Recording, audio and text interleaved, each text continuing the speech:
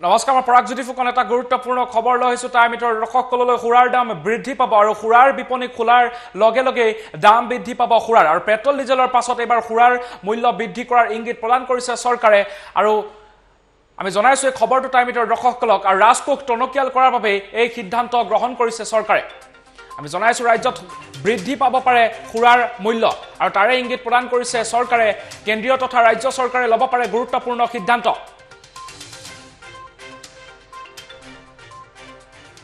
আৰু ৰাজঘাটিক লৈ এই সিদ্ধান্তৰ দিশে কেন্দ্ৰীয় চৰকাৰ।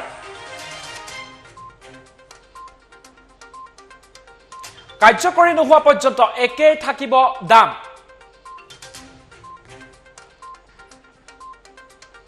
আৰু পৰ্যালোচনাৰ পিছতহে লোৱা হ'ব সিদ্ধান্ত। আৰু ৩ মে'ৰ পিছত ল'ব সুৰা বিপণী খোলাৰ সিদ্ধান্ত। আমি জনাই আছোঁ তাৰ ভিতৰত দৰ্শকসকলক এই খবৰটো। সুৰাৰ দোকান খুলিলে বৃদ্ধি পাব পাৰে সুৰাৰ দাম। চৰকাৰে ইতিমধ্যে ইংগিত প্ৰদান কৰিছে। ৰাজ্য চৰকাৰে দিছে সুৰাৰ দাম বৃদ্ধিৰ ইংগিত। আৰু চৰকাৰী ৰাজকোষ টনকিয়াল কৰাৰ স্বাৰ্থত ল'ব পাৰে দাম বৃদ্ধিৰ সিদ্ধান্ত। আমি জনাই আছোঁ তাৰ ভিতৰত দৰ্শকসকলক ইতিমধ্যে পেট্ৰল আৰু ডিজেলৰ মূল্য বৃদ্ধি কৰা হৈছে বহুকেইখন ৰাজ্যত। ৰাজ্যৰ লগতে বহুকেইখন ৰাজ্যত ইতিমধ্যে বৃদ্ধি কৰা হৈছে পেট্ৰল ডিজেলৰ মূল্য।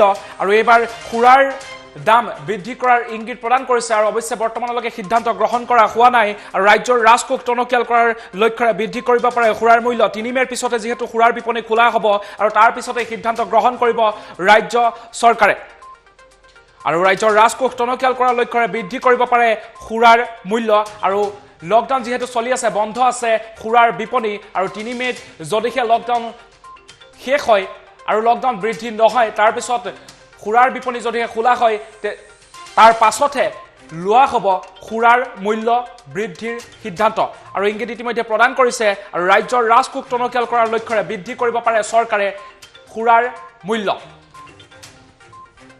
আৰু আমি এই মুহূৰ্তত অধিক তথ্যৰ বাবে সংযুক্ত হৈছোঁ আমাৰ সাংবাদিক ধ্ৰুৱ বৰাৰ সৈতে। হয় ধ্ৰুৱ বৰা, ইতিমধ্যে পেট্ৰল ডিজেলৰ দাম বৃদ্ধি কৰা হৈছে আৰু এইবাৰ সুৰাৰ মূল্য বৃদ্ধি কৰাৰ ইংগিত প্ৰদান কৰিছে চৰকাৰে। কি জনাব অধিক তথ্য ধ্ৰুৱ বৰা? নিশ্চিতভাৱে চাওক পৰাগ, মই প্ৰথমতে এটা কথা কৈছোঁ যে সুৰাপাৰীসকলৰ বাবে এটা বেয়া খবৰ। প্ৰথমতে কিয় কৈছোঁ, কিয়নো যে অতি শীঘ্ৰে হয়তো মূল্য বৃদ্ধি হ'ব পাৰে সুৰাত। কিয়নো চৰকাৰে, কেন্দ্ৰীয় চৰকাৰ অথবা ৰাজ্য চৰকাৰে এই ক্ষেত্ৰত এটা সিদ্ধান্ত হয়তো গ্ৰহণ কৰিব পাৰে অতি শীঘ্ৰেই। আৰু ৩ মে'ৰ পিছত মই এতিয়ালৈকে কৈছোঁ যে এতিয়ালৈকেতো সুৰাৰ যি দোকান, সেই দোকানসমূহ আচলতে বন্ধ ৰখাৰ নিৰ্দেশ আছে। কিন্তু ৩ মে'ৰ পিছত কেতিয়া খোলে সেই সন্দৰ্ভতো আচলতে কোনো ধৰণৰ বৰ্তমান সময়লৈকে ৰাজ্য চৰকাৰে হওক বা কেন্দ্ৰীয় চৰকাৰে হওক কোনো ধৰণৰ ইংগিত তেওঁলোকে প্ৰদান কৰা নাই। কিন্তু এটা ইংগিত প্ৰদান কৰিছে যে অতি শীঘ্ৰেই হয়তো সুৰাৰ মূল্য বৃদ্ধি পাব পাৰে। যিসমূহ সুৰা আচলতে ক্ৰয় কৰিছিলে বৰ্তমান সময়ত একেই দাম আছে, কিন্তু যেতিয়া সিদ্ধান্তটো ল'ব, বৰ্তমান সময়লৈকে অৰ্ডাৰ হোৱা নাই, কিন্তু আমাৰ হাতত যিটো খবৰ আহি পৰিছে সেই খবৰৰ ভিত্তিত আমি এই নিউজটো ব্ৰেক কৰিছোঁ। এটা কথাই কৈছোঁ যে অতি শীঘ্ৰে হয়তো সুৰাৰ মূল্য বৃদ্ধি পাব পাৰে। কিয়নো ৰাজকোষ খালী হৈ পৰিছে ইতিমধ্যে।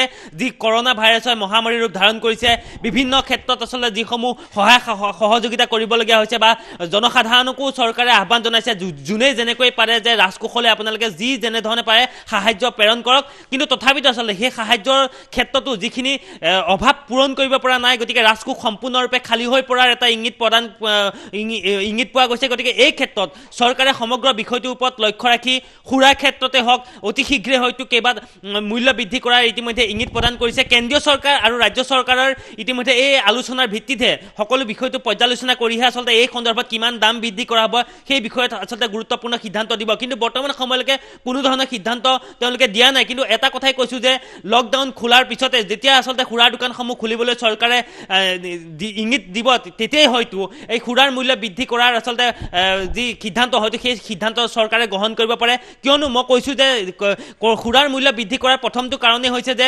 চৰকাৰৰ ৰাজকোষ ইতিমধ্যে খালী হৈ পৰিছে। পেট্ৰল ডিজেলকে ধৰি পেলাই পেট্ৰলৰ 5 টকা মূল্য বঢ়োৱা হৈছে, ডিজেলৰ 5 টকাকৈ মূল্য বৃদ্ধি কৰা হৈছে। গতিকে এনেধৰণে যিহেতু ৰাজকোষ খালী হৈ পৰিছে, সেই ৰাজকোষত খালী হৈ পৰাৰ বাবেই আচলতে এনেধৰণৰ হয়তো সিদ্ধান্ত ল'বলৈ হয়তো চৰকাৰ তথা প্ৰশাসনে হয়তো বাধ্য হৈ পৰিছে। গতিকে কেন্দ্ৰীয় চৰকাৰ ৰাজ্য চৰকাৰে পৰ্যালোচনা কৰি আছে গোটেই বিষয়টোৰ ক্ষেত্ৰত কেনেধৰণে কিমান আচলতে দাম বৃদ্ধি কৰিব।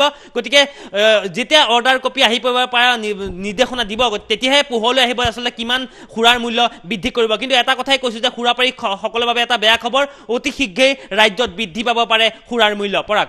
হয় হয় হয় ধ্ৰুৱ বৰা এই মুহূৰ্তত আপোনাক ধন্যবাদ জ্ঞাপন কৰিছোঁ আৰু আমি জনাই আছোঁ টাইমিটাৰ দৰ্শকসকলক ৰাজ্যত বৃদ্ধি পাব পাৰে সুৰাৰ মূল্য আৰু ৰাজ্যৰ ৰাজকোষ টনকিয়াল কৰাৰ লক্ষ্যৰে বৃদ্ধি কৰিব পাৰে সুৰাৰ মূল্য আৰু কেন্দ্ৰীয় তথা ৰাজ্য চৰকাৰে ল'ব পাৰে এই সন্দৰ্ভত গুৰুত্বপূৰ্ণ সিদ্ধান্ত ৰাজঘাটিক লৈ এই সিদ্ধান্তৰ দিশে ইতিমধ্যে আগবঢ়াইছে কেন্দ্ৰীয় চৰকাৰ যিহেতু দ্বিতীয় পৰ্যায়ৰ লকডাউন চলি আছে আৰু সিদ্ধান্ত কাৰ্যকৰী নোহোৱা পৰ্যন্ত একেই থাকিব সুৰাৰ মূল্য পৰ্যালোচনাৰ পিছতে লোৱা হ'ব সিদ্ধান্ত আৰু ৰাজকোষ টনকিয়াল কৰাৰ উদ্দেশ্যে লোৱা হ'ব পাৰে সুৰাৰ মূল্য বৃদ্ধিৰ সিদ্ধান্ত